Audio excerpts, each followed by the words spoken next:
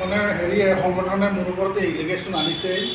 এই সংগঠনে এই কাজিয়াৰ সূত্ৰপাত হৈছিলে 12 মাৰ্চ 2023 পোনপ্ৰথমে।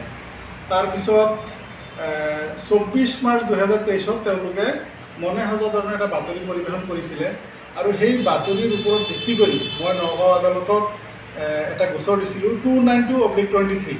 এই গোচৰটোত গোটেই মেটাৰটো মই চেলেঞ্জ কৰিছোঁ। মই যে জেনুইন গোটেই নথি পত্ৰখিনি মই 292 গোচৰত আদালতত জমা দিছোঁ। আদালতৰ বিচাৰধীন হৈ আছে। এতিয়া কথা হ'ল সেইখিনিতো গ'লেই, সেইখিনিতো বিচাৰ চলি আছে। তাৰপিছতো ছ'চিয়েল মিডিয়াত প্ৰায় বিভিন্ন ধৰণৰ তিৰ্যক মন্তব্য কৰাৰ কাৰণে মই আৰু কেইবাটাও গোচৰ পঞ্জীয়ন কৰিছোঁ। অহাকালি দুটা গোচৰৰ ডেট আছে।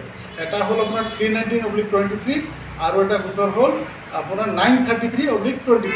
দুটা গোচৰৰ কাইলৈ আপোনাৰ হিয়াৰিং আছে। আচ্ছা, এতিয়া হ'ল মোৰ ডকুমেণ্ট লৈ পদে পদে তেওঁলোকে মানে হেৰি ছ'চিয়েল মিডিয়াত অভিযোগ দিব বা সামাজিক মাধ্যমতেই হওক বা আপোনাৰ সাংবাদিকৰ লগত মানে হেৰি ভুৱা তথ্য দিব, সেইটোতো পদে পদে মানি ল'ব নোৱাৰোঁ আৰু সেইখিনি স্পষ্টীকৰণ কৰিবৰ কাৰণে আপোনালোকক আজি মাতিছোঁ। চাওক, তেখেতসকলে দিছপুৰ থানাত এটা কেছ দিছিলে মোৰ ওপৰত 442/23। তো সেই কেছ গোচৰটোত 15 মাহ পিছত মোক এদিন মানে SI এজনে কিবা চৌধুৰী নামৰ মানুহজনে মাতিলে গোটেই নথি পত্ৰখিনি মই আপোনাৰ হেৰি কৰি পেলাই থ্ৰু এডভোকেট মই তেখেতক দিলোঁ, গোটেই কথাখিনি ক'লোঁ। কোৱাৰ পিছত তেখেতে গোটেইখিনি কথা বুজি পালে যে গোচৰটো এটা সম্পূৰ্ণ ভুৱা গোচৰ আছিল। তাৰপিছত তেওঁ অসম চৰকাৰৰ স্বাস্থ্য বিভাগৰ লগত অভিযোগ দিছিলে। সেই অভিযোগ মৰ্মেও মই যোৱা আপোনাৰ 17/6 মই এটা চিঠি পাইছিলোঁ অসম চৰকাৰৰ হেৰিৰ পৰা, আছাম ফাৰ্মাচী কাউন্সিলৰ ফালৰ পৰা। পাওঁতে মই তাত 30 জুন, এই যোৱা 30 জুন 2025 তাৰিখে মই মোৰ মেট্ৰিকৰ certificate marksheet, higher secondary certificate marksheet, ডিপ্ল'মাৰ চাৰ্টিফিকেট মাৰ্কশ্বিট, ইণ্টাৰ্ণশ্বিপ চাৰ্টিফিকেট আৰু উইথ এফিডেভিট মই জমা দিছোঁ। গোটেইখিনি বস্তু ইয়াত ইনক্ল'জ আছে। এইটো হ'ল মোৰ ৰেজিষ্ট্ৰেশ্যন বুক। এইটো চব 2027লৈকে, এতিয়াও মোৰ ম্যাদ আছে 2027লৈকে।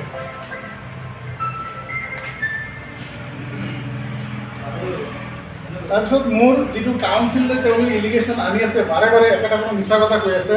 এই কাউন্সিলখন অলৰেডি মধ্যপ্ৰদেশ হাইকোৰ্টে ৰিকগনাইজড বুলি কৈছে। সেই জাজমেণ্টটো মোৰ লগত আছে, মই আপোনালোকক দি দিম। এইটো চাওক, হাইকোৰ্ট মধ্যপ্ৰদেশ, তেখেতসকলে এই কুৱেশ্যনটো কোনোবাই উঠাইছিলে হাইকোৰ্টত। উঠাওঁতে হাইকোৰ্টে গোটেইখিনি চালি জাৰি চাই তেওঁলোকে কৈছে যে central government granted by Council of Higher Education Delhi is desired qualification when the central government has directed recognition to the examination of class 12 conducted by the Council of Higher Education Delhi, then the university could not refuse admission. তো এই কুৱেশ্যনটো হাইকোৰ্টত হেৰি কৰি চালে, হাইকোৰ্টে direction দিছে, যিহেতু হাইকোৰ্টে কৈছে council recognise, গতিকে তেওঁলোকৰ চাৰ্টিফিকেট মাৰ্কশ্বিট ভেলিড। এইখিনি তথ্য মই অসম চৰকাৰৰ স্বাস্থ্য বিভাগক যোৱা 30 জুন তাৰিখে জমা দিছোঁ। আৰু এই গোটেই কথাখিনি মই হেৰি মুখেৰে কোৱা নহয়, মই এই গোটেই কথাখিনি মই এটা এফিডেভিট আকাৰেও জমা দিছোঁ, এটা এফিডেভিটো দিছোঁ।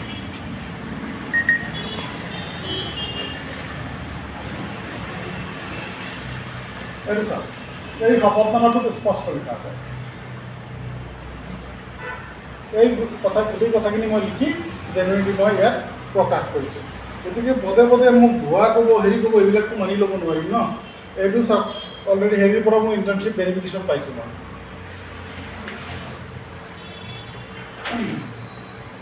এই একচুৱেলি বিফৰ ৰেজিষ্ট্ৰেশ্যনে গোটেই ডকুমেণ্টখিনি ভেৰিফাই হয়, কিন্তু তেওঁলোকে বাৰে বাৰে কমপ্লেইন দিয়াৰ কাৰণে মোৰ ডকুমেণ্টখিনি আকৌ ইউনিভাৰ্চিটিত ৰিভেৰিফাই কৰা হৈছে, তাৰো ৰিপ্লাই পাইছোঁ মই।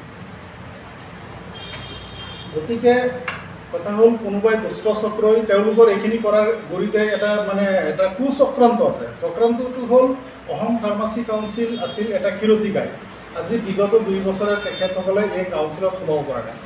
আৰু ইয়াৰ গৰিতে হ'ল 1190জন ফেক ফাৰ্মাচিষ্ট আৰু নতুনকৈ পঞ্জীয়ন দিয়া 932জন হেৰি ভুৱা ফাৰ্মাচিষ্টৰ পঞ্জীয়ন দি যি 30 কোটি টকা সংগ্ৰহ কৰিছে, এইবিলাক আমি বাতৰি কাকতত বিভিন্ন সামাজিক মাধ্যমত প্ৰকাশ কৰিছোঁ। সেই 30 কোটিৰ ভাগ এখেতসকলো মেবি জড়িত থাকিব পাৰে। গতিকে তাৰ আমি ইনকুৱাৰী বিচাৰিছোঁ।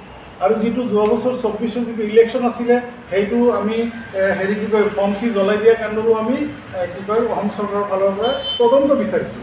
গতিকে এই তদন্তখিনি গাপ দিবৰ কাৰণে তেখেতসকলে এই যে 2টা ইনকুৱাৰী দিলে, আপোনাৰ দিছপুৰ থানাত দিলে, তাতো মই গোটেই নথি পত্ৰ আজি কাহানি পাই বহুত দিন আগতেই দিলোঁ, বহুত দিন আগত। আৰু অসম চৰকাৰৰ স্বাস্থ্য বিভাগে ইনকুৱাৰী কৰিলে তাতো মই গোটেই নথি পত্ৰ দিলোঁ। দিয়াৰ পিছত তেওঁলোকে তাত খবৰ নকৰি পেলাই খালি সামাজিক ভুৱা নথি পত্ৰ এইবোৰ মই কৈ থাকিলে নহ'ব নহয়। গতিকে এই ক্ষেত্ৰত মই পুনৰবাৰ আৰু 3টামান গোচৰ পঞ্জীয়ন কৰিম। আজি গোটেই ইনপুটখিনি ৰেডি কৰিছোঁ, হয়তো অহাকাইলৈ সেয়া গোচৰ পঞ্জীয়ন হ'ব, হৈ পেলাই আইনে আদালতে নিশ্চয় ন্যায় দিব, সেইটো মই দিয়ে দিছোঁ। ধন্যবাদ।